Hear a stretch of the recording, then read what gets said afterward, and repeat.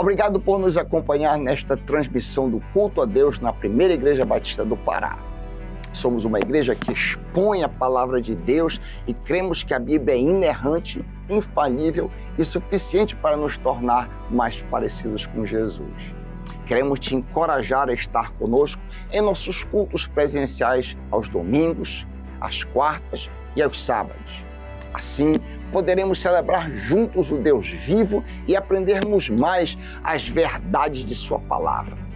Se você tomou alguma decisão, entre em contato conosco através do nosso site e das redes sociais. Queremos orar por você e ajudá-lo na sua caminhada com Cristo. Que Deus te abençoe copiosamente em nome de Jesus. Amém. Boa tarde.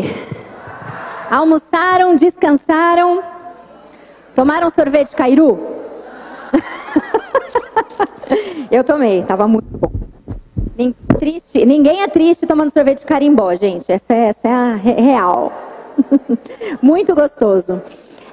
Muito bem, chegamos aqui ao nosso último momento juntas. O pessoal tava ensaiadíssimo já, sensacional. E guardamos agora para o final falar sobre algo que tem tudo a ver com tudo que a gente falou até agora. Porque é algo sobre o qual a gente costuma depositar muito a nossa identidade. E algo no qual é impossível realizar com excelência à parte de outras pessoas. E que muitas vezes nós fazemos para as outras pessoas. E fazemos em um relacionamento com outras pessoas. Então a gente vai falar sobre trabalho. Trabalho. Mas, de novo, não dá para falar sobre trabalho sem antes lembrar o que já teve. Porque é só quando a gente lembra quem nós somos e quem nós fomos chamadas para ser, que o nosso trabalho vai fazer mais sentido. E que a gente vai ser liberta da tentação de colocar o trabalho num lugar que não pertence a ele. Um lugar de Deus na nossa vida. Quando a gente entende quem nós somos em Cristo, que nós entendemos também o quanto nós somos livres para servir sem esperar reconhecimento. Servir sem esperar nada em troca. Trabalhar, mesmo que o seu trabalho não seja aquilo que os outros esperavam de você. Trabalhar, mesmo que o seu trabalho não seja o que a cultura mais precisa hoje. Mas porque os nossos olhos estão fixos naquilo que realmente importa. Porque nós não nos conformamos com esse século, mas temos transformado a nossa mente por meio da renovação da palavra. Nós trabalhamos diferente.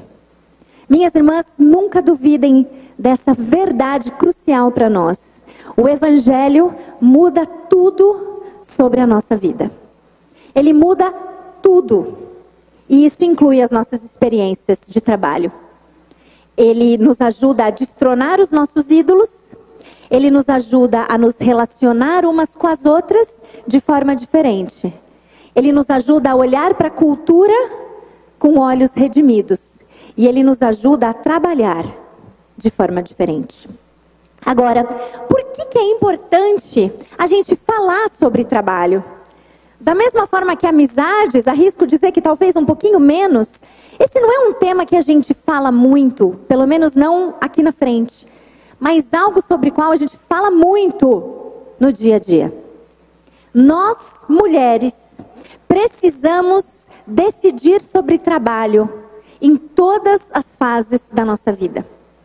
Nós precisamos decidir a forma como nós vamos ocupar os nossos dias, todos os dias, em todas as fases da nossa vida. Seja você uma mulher jovem, de 18 anos, 16, não sei qual era o limite de idade aqui, mas imagino que talvez a gente tenha mulheres adolescentes que estão aqui. Essa palestra é para você. Você precisa decidir sobre trabalho. O seu estudo hoje, muito provavelmente, é o seu trabalho. E você precisa entender que isso que você faz hoje, não é assim, eu estou me preparando para um dia fazer alguma coisa. Você já está fazendo alguma coisa.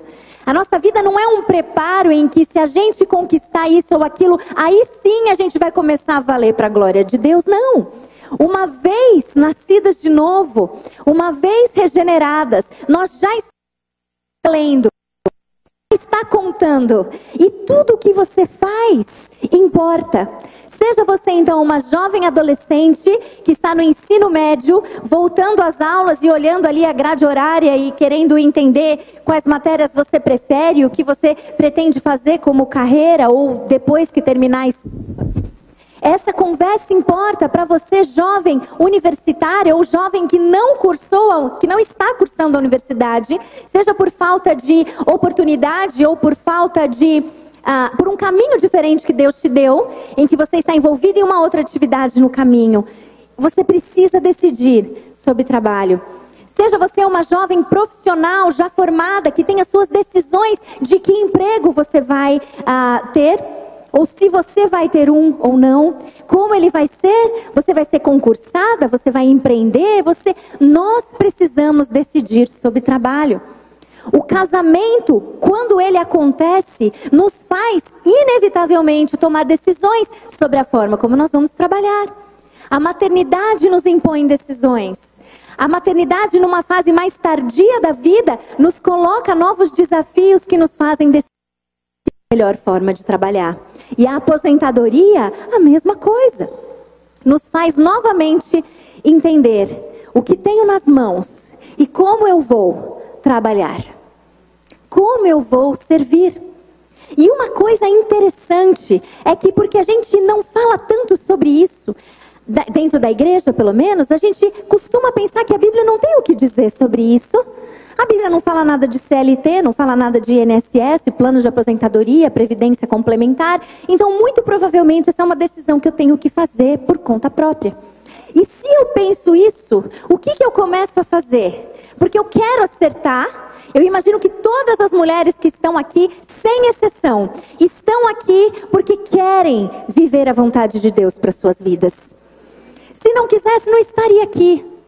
E desejosas de agradar o Senhor, ou seja, por conta de uma motivação legítima, nós buscamos modelos.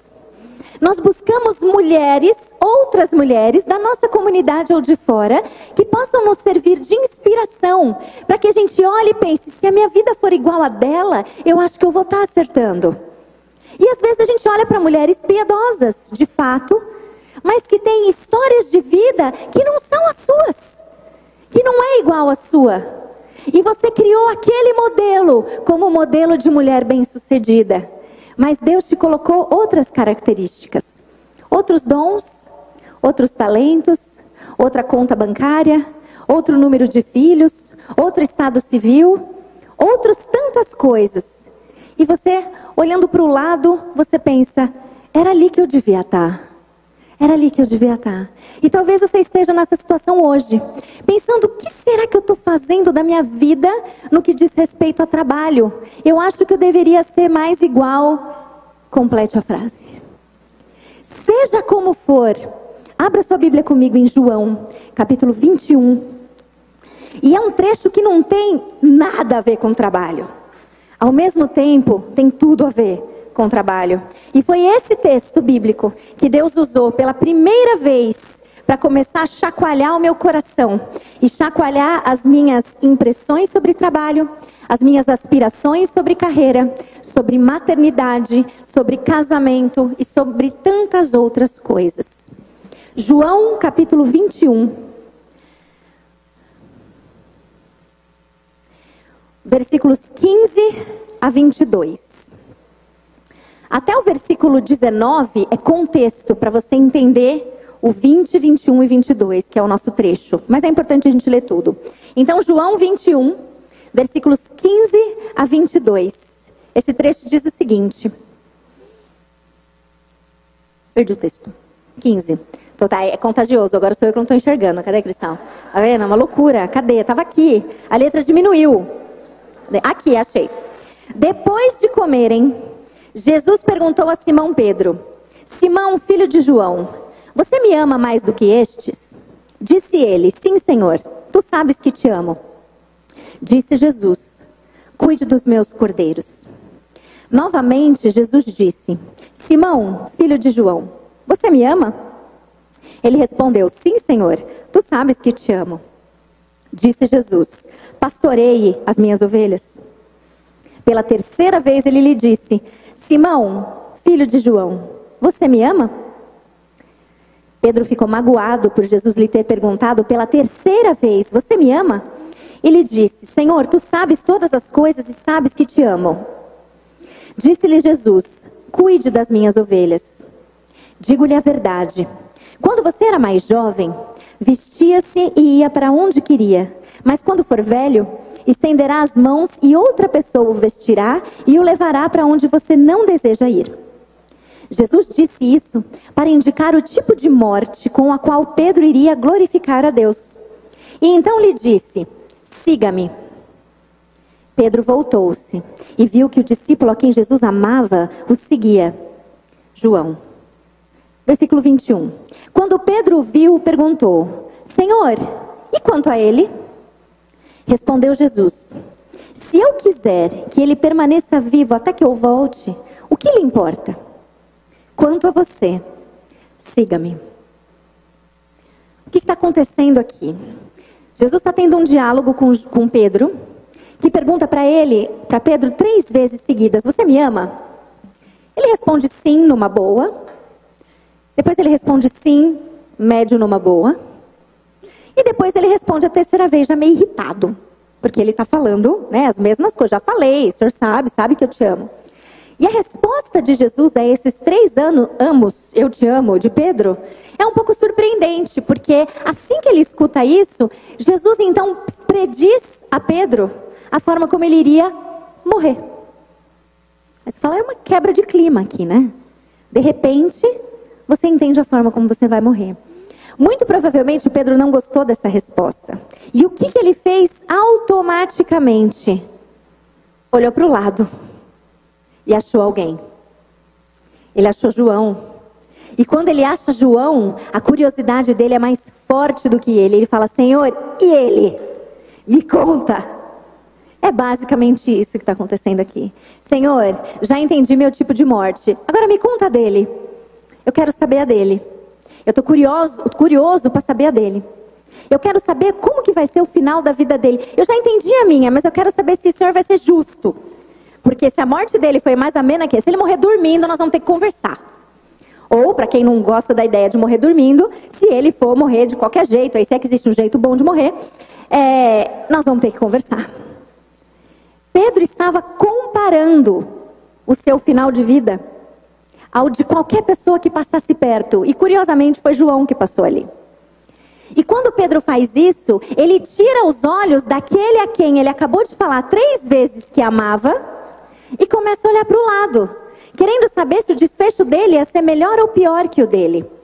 E Jesus, com toda a sua sabedoria, paciência e amor, dá uma resposta necessária para Pedro e para nós. Porque ele fala o seguinte: Pedro, se eu quiser que ele fique vivo até eu voltar, o que lhe importa? Quanto a você, siga-me. Em outras palavras, é um pouco aquele meme, não podemos escrever assim, né? Eu imagino que Jesus teria dito: Pedro, se eu quiser que ele fique vivo até que eu volte, não é da sua conta. Não é do seu quadrado. Não é assunto seu. O seu assunto é... Qual é? O seu assunto, Pedro, é siga-me. Não importa o que está acontecendo com ele. Não importa como ele vai morrer. Quanto a você, olha para mim. Não olha para o lado. Não importa a profissão que ela tem. Não importa a conta financeira, o saldo bancário que ela tem.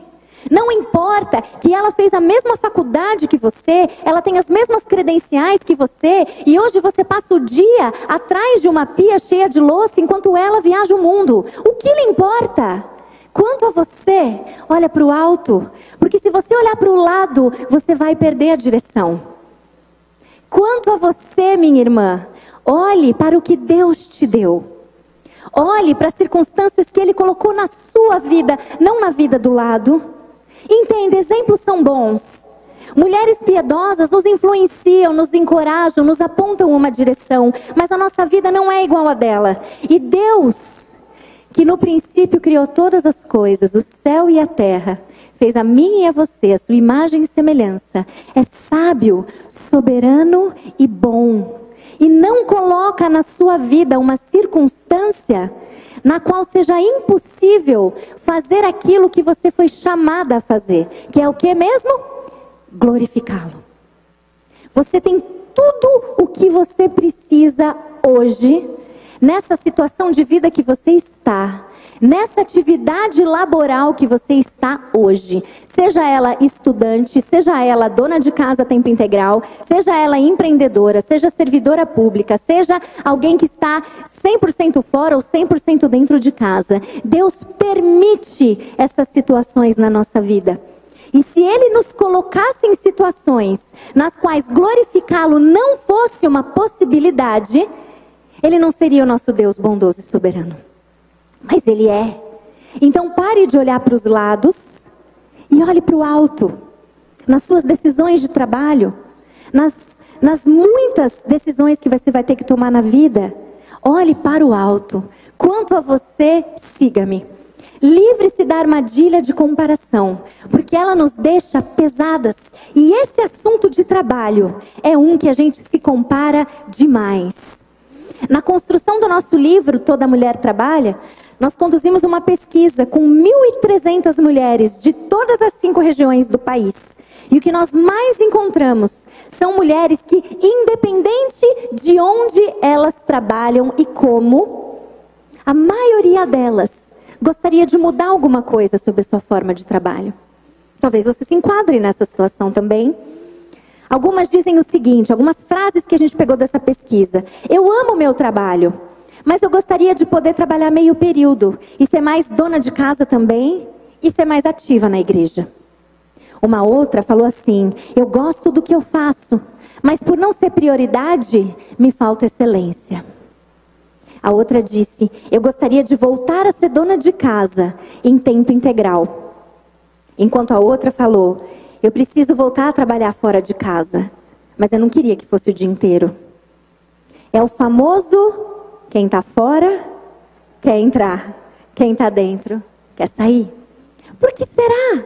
Por que será que a insatisfação com a forma como nós exercemos o nosso trabalho hoje é tão uniforme? De forma que não importa onde nós estejamos, nós parecemos sempre estar querendo o que a outra tem. O que a outra faz. Ou o que eu acho que seria um pouquinho melhor. Veja essa frase também, que nós recebemos na nossa pesquisa. Eu sempre sinto uma pressão por parte de alguns membros da igreja, como se trabalhar fora fosse um pré-requisito para o fracasso familiar. Então, trabalhar fora pode realmente ser catastrófico para o lar? Você já se perguntou isso internamente? Você já teve questionamentos assim? Você já foi pressionada por parte de alguns membros da igreja?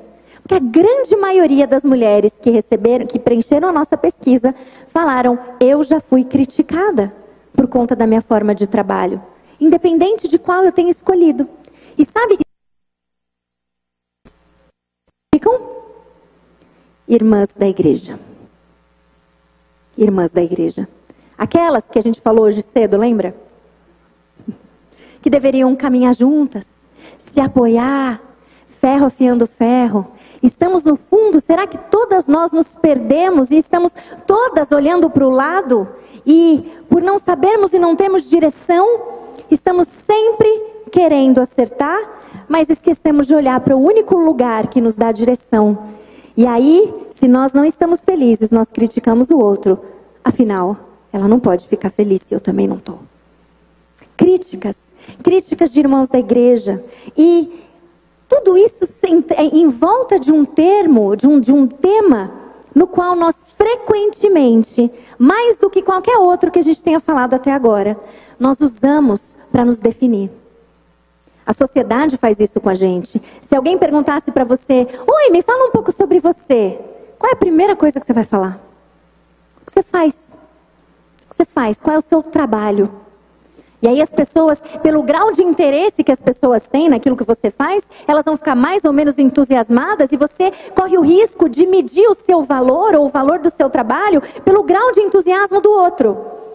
Ah, puxa, ai, que legal. Ah, não, então você não trabalha, você só dá aula? Porque eu já escutei muito isso como professora. Tem uma professora aqui que também não trabalha, só dá aula? É nós, entendeu? A gente não trabalha, a gente só dá aula, é impressionante. Passa um dia com a gente, né, professoras? Vocês vão ver, né? Ah, você não trabalha, você só fica em casa. Só isso, passa um dia comigo, certo? Então, é impressionante e nós atribuímos valor. Nós nos definimos pelo nosso trabalho. Agora, na hora do almoço, eu estava conversando com a Betina sobre o meu processo de transição, quando eu saí da universidade, né, num cargo já sênior na carreira acadêmica, deixei a universidade para trabalhar como professora de Bíblia, né? E quando eu estava saindo da Unicamp, o pessoal perguntava, mas você vai fazer o quê? Aí eu explicava e eles ficavam assim, ó.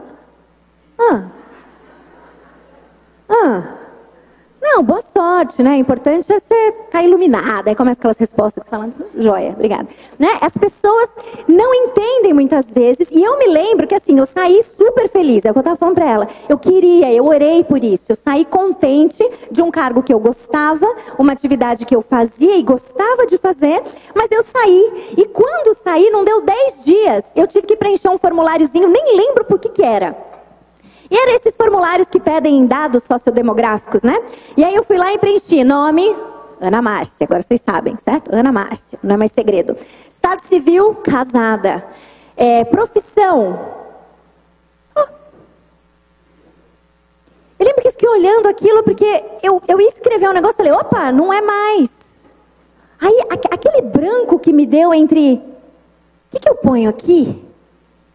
Mostrou para mim de uma forma clara, não uma idolatria do trabalho, mas o quanto é real que a gente atribui a uma parte importante de quem nós somos ao nosso trabalho. E é importante colocá-lo então no devido lugar. Volta lá para a criação e você vai lembrar comigo que nós fomos feitas à imagem e semelhança de Deus, certo?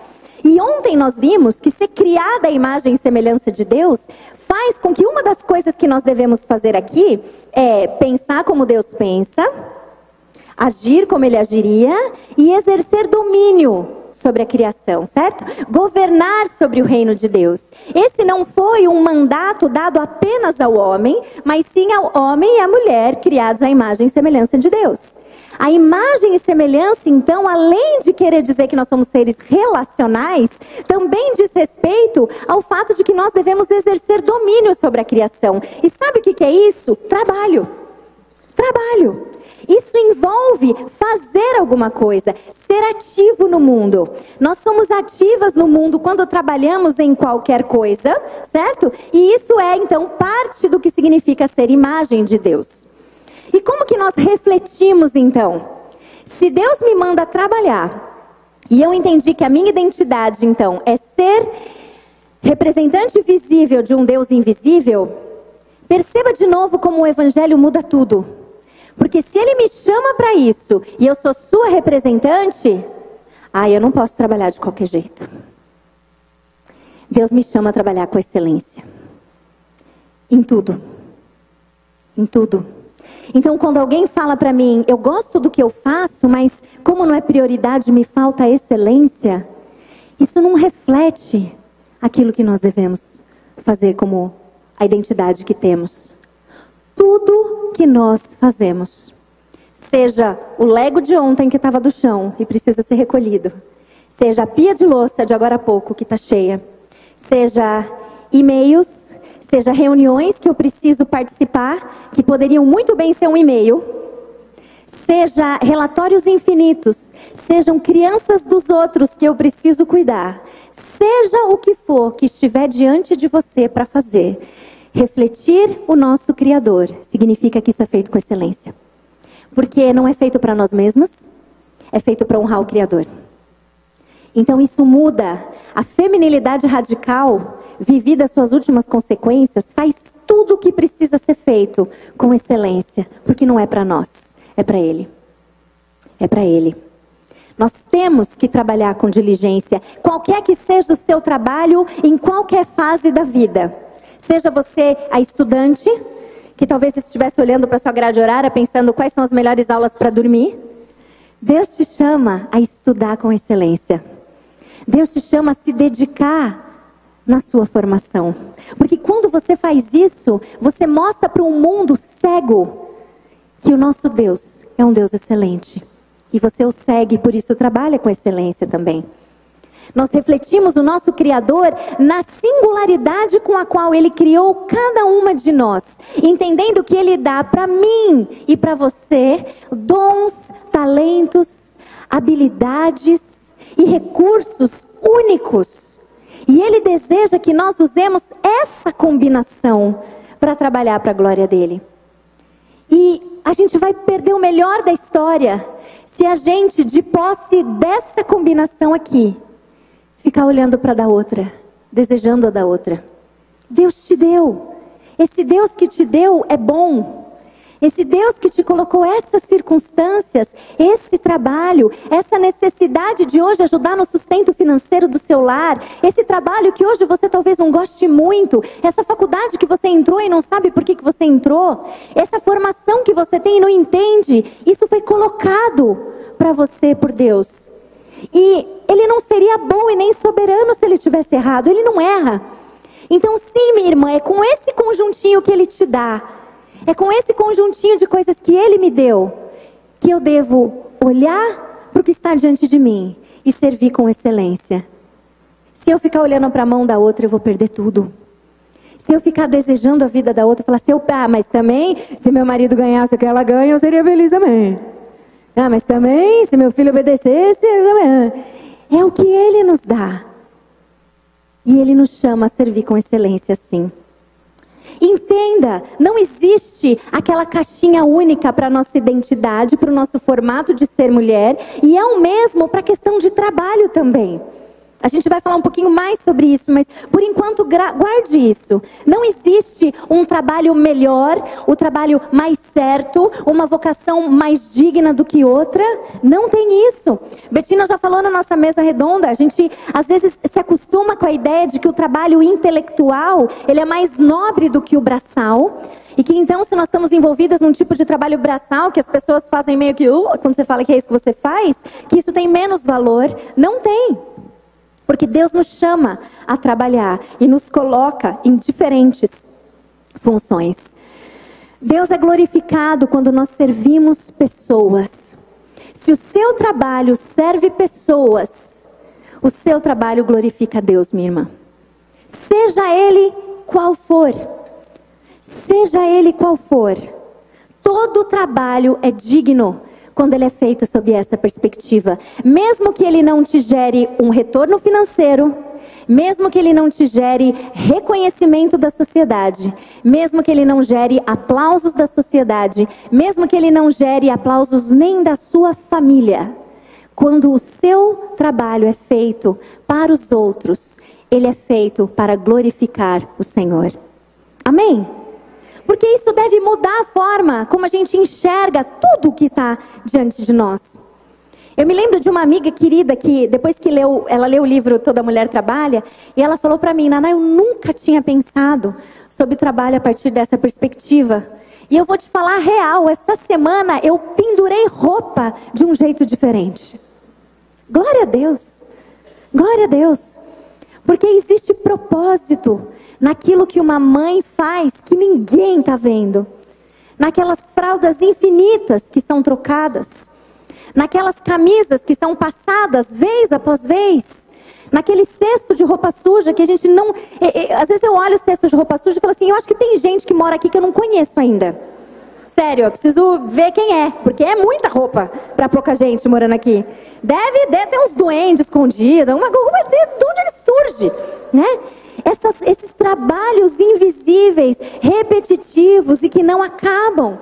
E também é verdade para o trabalho que tem reconhecimento da sociedade, que as pessoas aplaudem, valorizam. Oh, ela fez isso e isso. Oh, olha o que ela faz. Se você está fazendo isso só para você mesma, a Bíblia nos fala, se a gente faz para receber aplauso, sua recompensa acabou aí. Recebeu a palminha, acabou. Mas se a gente faz para aquele que tudo vê, mesmo que não tenha um aplauso aqui, o nosso Deus é glorificado. E essa é a nossa maior recompensa. Essa esse é o propósito para o qual a gente existe, afinal de contas. O trabalho, então, intelectual, ele não é mais nobre que o braçal. O trabalho religioso também não é mais santo que o trabalho corporativo. Uma coisa muito interessante que me aconteceu também na transição de carreira foi quando as pessoas falavam para mim: puxa, Naná, que legal, eu estou muito feliz que você tomou essa decisão difícil de deixar a universidade e servir o Senhor. E aí eu ficava assim: quem será que eu servia antes? O que será? Para quem será que eu trabalhava? Né?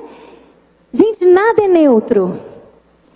Eu tenho plena convicção e digo a você com convicção, eu poderia ter me aposentado na universidade e com a perspectiva que Deus me deu pela sua palavra hoje sobre trabalho, ele poderia ser glorificado estágio após estágio, aula após aula, pesquisa após pesquisa. Onde você está hoje? Seja no banco, seja você bombeira, enfermeira, cirurgiã, médica, dona de casa, professora, manicure, do que mais acontece, tatacaqueira, né? Ó, né? Gente, eu sou uma local já, eu sou uma local, Como que é o nome do negócio? Tirar o cheiro de ovo é o Pikachu lá. Vixe, olha lá, tá vendo? Gente, sou daqui. Pitiu e Pikachu é quase a mesma coisa. Tirei um 7, vai, um 7,5. 7,5 deu. Então tá bom. Foi pra acordar. Só foi pra acordar. Você é uma representante do Senhor. Onde você está fazendo o que Ele te colocou para fazer? Leve isso em consideração e trabalhe diferente, minha irmã. Porque essa é a finalidade. Glorificar a Deus servindo pessoas. E da mesma forma, o trabalho doméstico, ele não é nem mais piedoso e nem menos valoroso do que o trabalho fora de casa. Agora, isso não significa que nós não precisemos de sabedoria e discernimento nas nossas tomadas de decisão. Porque Deus, lembra que Deus coloca circunstâncias únicas na nossa vida? E é com base nelas que nós precisamos colocar o filtro da palavra, olhar para as nossas circunstâncias e então decidir de forma piedosa. E às vezes a gente tem pressa, né? Pelo menos, eu tinha muita pressa.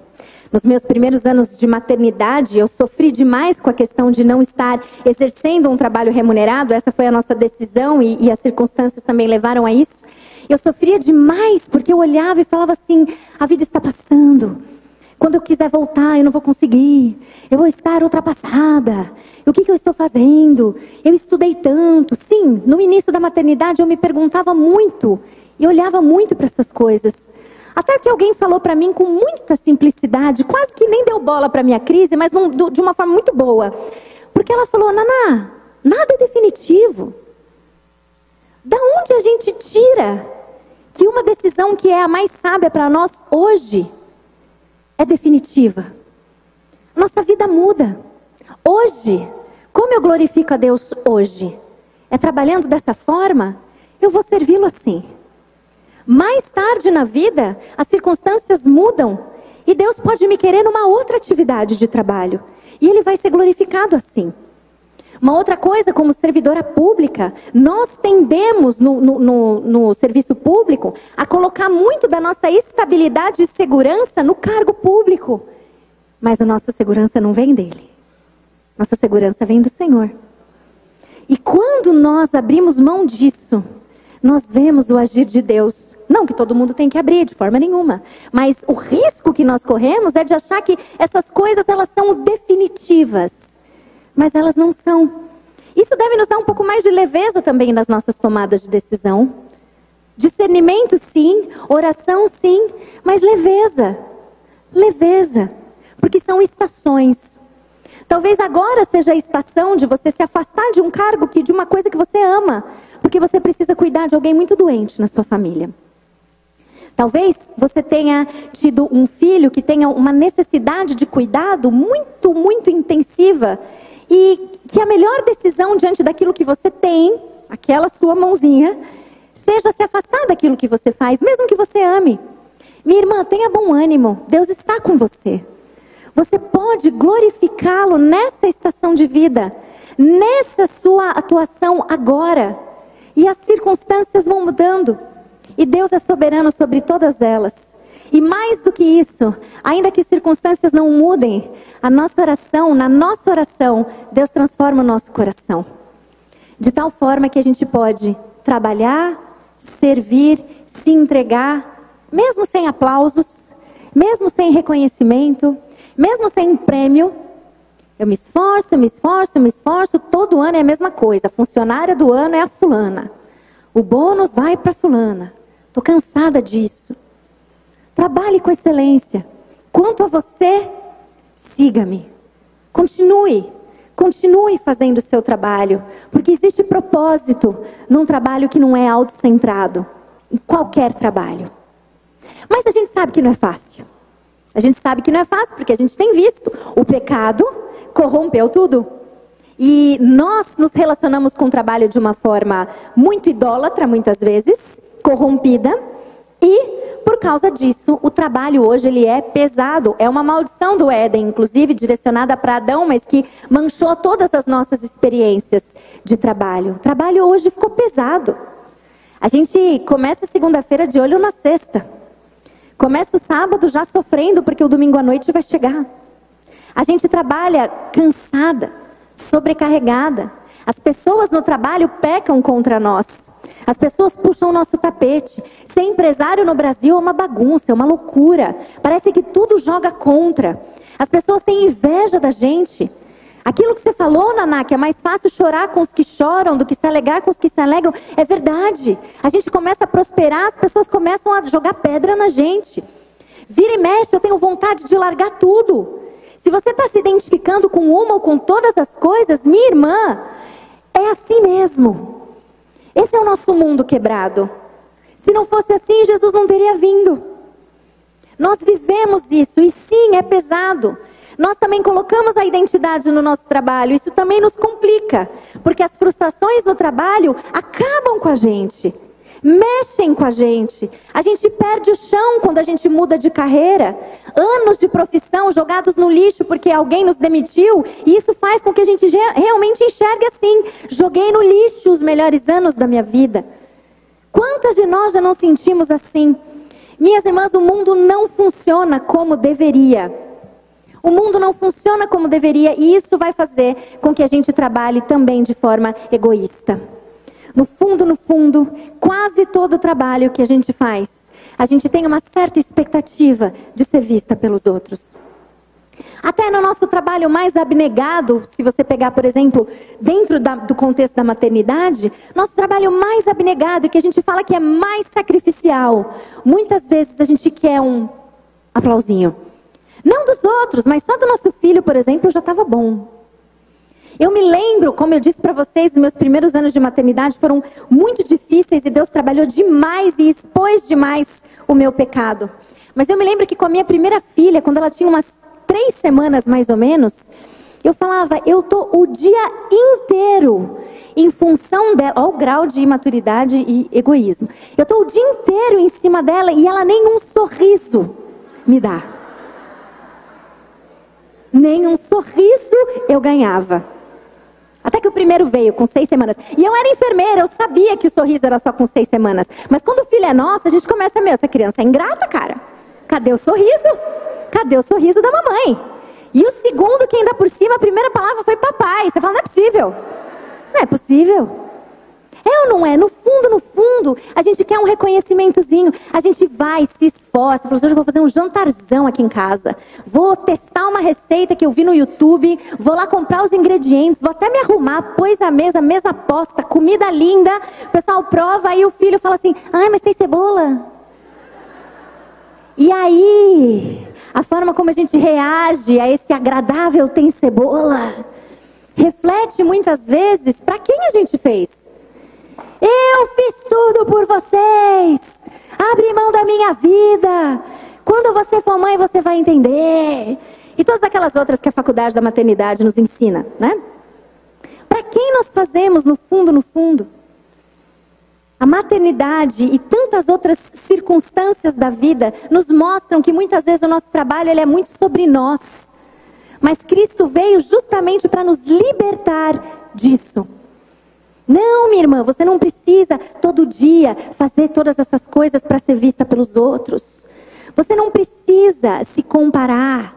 Sabe aquele dia que você está assim, se sentindo a mulher do ano, porque você conseguiu acordar, conseguiu tomar café, conseguiu fazer seus 5 minutos de devocional, deu 5 minutos, escovou seu dente. Escovar o dente é aquele bônus, né? Escovei meu dente, tô pronta pro dia. Eu tô tão pronta pro dia que eu mereço 5 minutos de redes sociais. Aí você entra lá e já tem aquela que acordou às 6, assou o próprio pão, correu na beira do rio, é ou não, né? Treinou pra maratona, buscou não sei o quê, pescou o próprio peixe e tá indo fazer o almoço. E aí você fala, que é isso? Nem inalcançável, inatingível. Porque a gente está sempre olhando para o lado. E sempre colocando como mandatório coisas que Deus não nos pediu. Sempre colocando como mandatório coisas que Deus não nos pediu. Minha irmã, agradar a Deus é muito simples. Só que exige tudo de nós, mas é muito simples. É amar a Deus e obedecer os seus mandamentos. O fermento natural, o pescar o próprio peixe, o não sei o que, são coisas que a gente coloca como sendo essenciais, mas não são.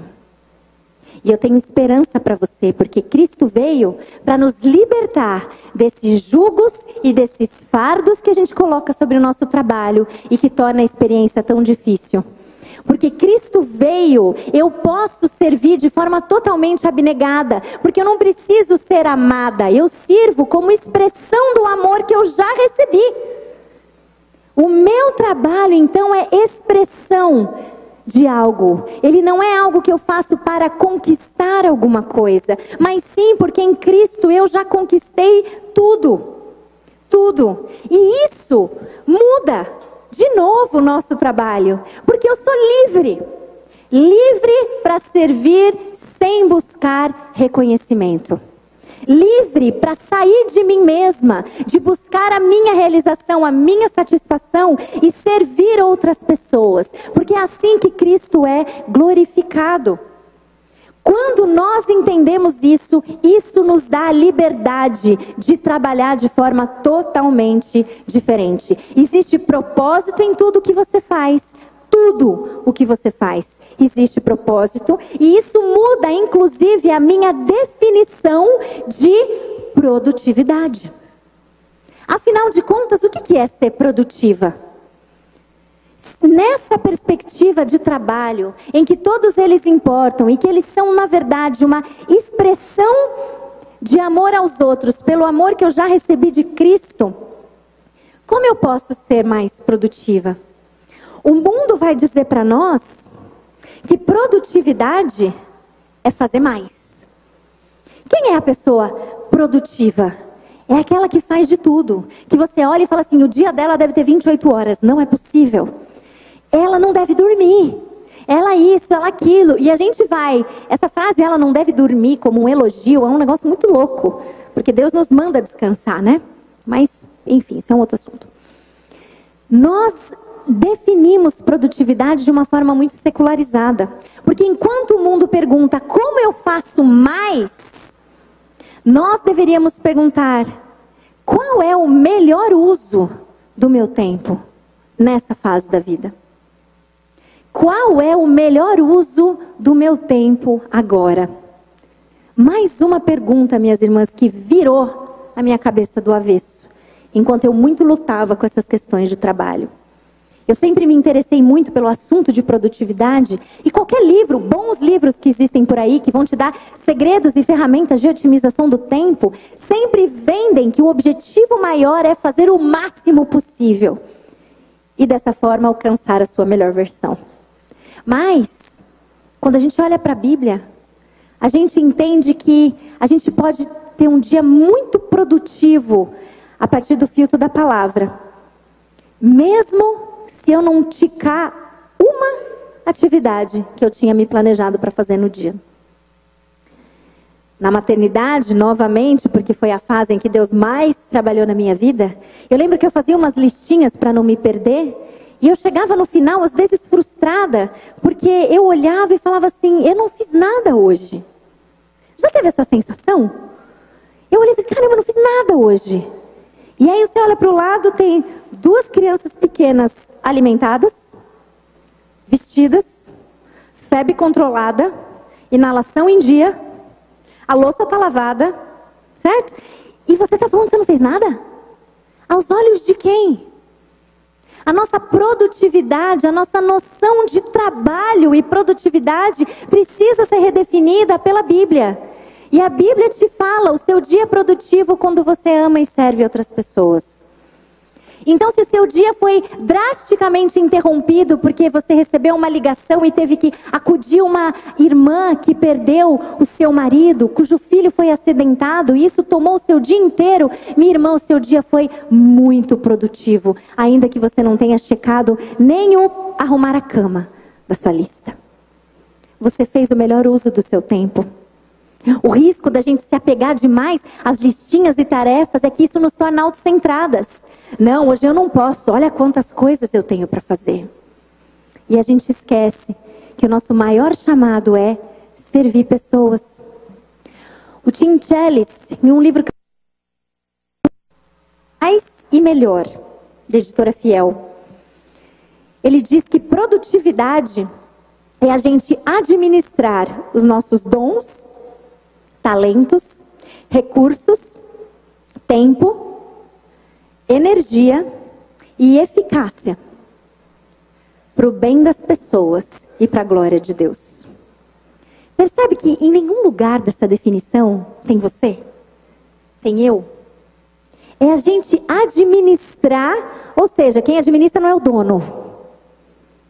Administrar dons, talentos, recursos, tempo, energia e eficácia que Deus te deu para o bem das pessoas e para a glória de Deus.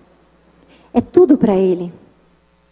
Nesse sentido, então, qual é o melhor uso do meu tempo agora? Sim, tarefas precisam ser feitas. Sim, urgências existem. Sim, compromissos precisam ser honrados. Mas com discernimento bíblico, nós vamos fazer as melhores escolhas para o bem das pessoas e para a glória de Deus. Nesse contexto, as nossas decisões sobre trabalho, elas são tomadas com cautela, com uma visão correta, orientada pela palavra e não por esse século, com o entendimento de quem nós somos, criadas para representá-lo, de quem Ele é, soberano e no controle de todas as nossas circunstâncias, e de como nós devemos trabalhar. Com excelência, com diligência, com alegria e, por último, respeitando o mandamento do descanso. Produtividade tem tudo a ver com descansar. E às vezes a gente olha e fala assim, não é possível, não dá. Não dá para descansar, você não está entendendo. Se eu descansar, o trabalho não sai. Se eu parar, a minha empresa casa não sai do lugar. Se eu isso, se eu aquilo. E você não é a única a pensar isso. Isso é tão verdade que lá em Êxodo, quando Deus foi orientar um povo a viver em liberdade, Ele falou, trabalha 6 dias, descansa em 1. Descansa. Quando nós descansamos, nós entendemos, nós reconhecemos que não somos nós que mantemos a roda girando. É Deus quem faz. É Deus quem provê o seu sustento. É Deus quem faz as coisas acontecerem. Em estações da vida, momentos pontuais de talvez entregas de prazos e projetos que, se você não tiver procrastinado 8 meses para fazer todo o trabalho em 2 semanas, muitas vezes é natural também que aconteçam períodos mais corridos. Os primeiros anos da maternidade, em que existe uma real privação de sono, em que o desgaste físico é muito intenso, A gente não fere o princípio do descanso em momentos assim. Mas quando ele se torna, a vida frenética se torna o nosso estilo de vida, no qual no fundo a gente acredita que é impossível descansar, a gente está se dando importância demais e esquecendo de quem de fato nos sustenta. De novo, quando existirem momentos difíceis em que o descanso parece impossível, a gente também precisa se lembrar que veio alguém que já fez todo o trabalho por nós e que nos prometeu o descanso eterno. Hoje, em Cristo, nós sabemos que o descanso é mais do que um luxo. O descanso é uma pessoa. Quando o descanso físico foi impossível, corra para aquele que é o seu descanso. E Ele vai te restabelecer. Ele vai restaurar as suas forças. Não se esqueça que o descanso é algo essencial para uma vida que trabalha, honrando e glorificando o Senhor. Então trabalhe. Trabalhe da forma como Ele te colocou. Não se esqueça que se houvesse, é o Spurgeon que fala isso, uma das minhas frases favoritas da vida. Se houvesse qualquer circunstância que fosse melhor para você do que aquela que você está hoje, Deus já teria te colocado nela. É exatamente onde você está, na provação ou na bonança que você está, que Deus te chama a fazer o melhor uso do seu tempo e glorificar o Senhor. Se isso implica que você vai olhar para tudo que você tem para fazer e repensar se você está conseguindo trabalhar com excelência e diligência e descansar e fazer isso pelas pessoas e para a glória de Deus, talvez nessa sua reavaliação isso significa que, Naná, eu não estou conseguindo fazer isso. Se você não está conseguindo fazer isso, talvez tenha alguma coisa na sua mão que precise sair. Precise sair. E Deus é soberano.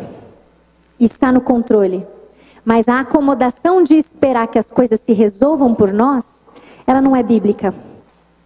Uma olhada honesta para os nossos dias, se eles estiverem caóticos, frenéticos ou muito sobrecarregados com um trabalho pesado e impossível de encontrar alegria, mesmo diante de uma cosmovisão assim, talvez a gente precise tomar decisões. Talvez seja a hora de mudar a forma de trabalho. Talvez seja a hora de olhar para aquilo que Deus considera como prioridade para essa fase da vida, olhar honestamente para os seus dias e ver se essas prioridades têm sido vividas diariamente. E se não estão, o que é preciso fazer para ajustar? E aí ter a coragem de ajustar. Entendendo que não é definitivo, pode ser, mas nem sempre é. E que Deus é soberano.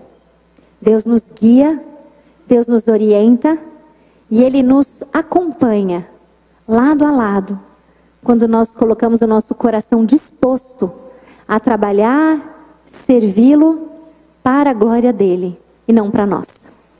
Amém? O trabalho é para nós, para a glória de Deus e para o próximo, certo? O trabalho, digo, não é para nós, mas ele é para Deus e para a glória do outro. Certo? Que seja sobre ele, porque afinal é para isso que nós fomos chamadas e é isso que faz uma feminilidade radical. Ela fecha os olhos para ideologias que não se alinham com a palavra de Deus. E ela segue destronando ídolos, ela segue alinhando o seu relacionamento com Deus, desenvolvendo relacionamentos significativos e servindo o próximo para a glória de Deus e para ser útil nesse mundo. Até aquele dia em que nós trabalharemos, sim, a Bíblia fala sobre trabalho no novo céu e nova terra, certo? E eu espero que isso não te desanime, mas que isso te anime, que isso te encoraje. Sim, aquela ideia de que o céu vai ser um lugar que a gente vai ficar sempre brincando de balanço nas nuvens, ela não é muito real, né? No céu, nós estaremos todas juntas, redimidas e glorificadas, servindo a Deus, completamente livres da possibilidade de pecar. Eu almejo esse dia e eu espero que você também. Amém?